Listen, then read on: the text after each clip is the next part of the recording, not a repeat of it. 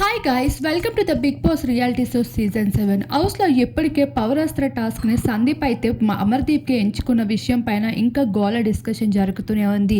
శివాజీ అయితే ఈ గేమ్ని నేను ఈ టాస్క్ని ఒప్పుకోను, బిగ్ బాస్ అంతా అన్ఫైర్ చేస్తున్నాడు అంటూ మాట్లాడడంతో పాటు అదే విషయం పైన ఫ్రెండ్స్ కూడా అమర్కి ఇవ్వడం ఏంటి, ఎంత మంచిగా నేను గేమ్ ఆడాను, నా వల్ల టాస్క్ మొత్తం వాళ్ళు విన్ అయ్యారు అంటట్లుగా బిహేవ్ చేస్తూ ఉన్నాడు. ఫ్రెండ్స్ని రెచ్చగొడుతుంది శివాజీ ప్రశాంత్లే, వీరిద్దరి వల్లే వాడు అంతలా రెచ్చిపోతున్నాడు అన్నట్లుగా అమర్దీప్ సందీప్తో చెప్తూ ఉంటాడు.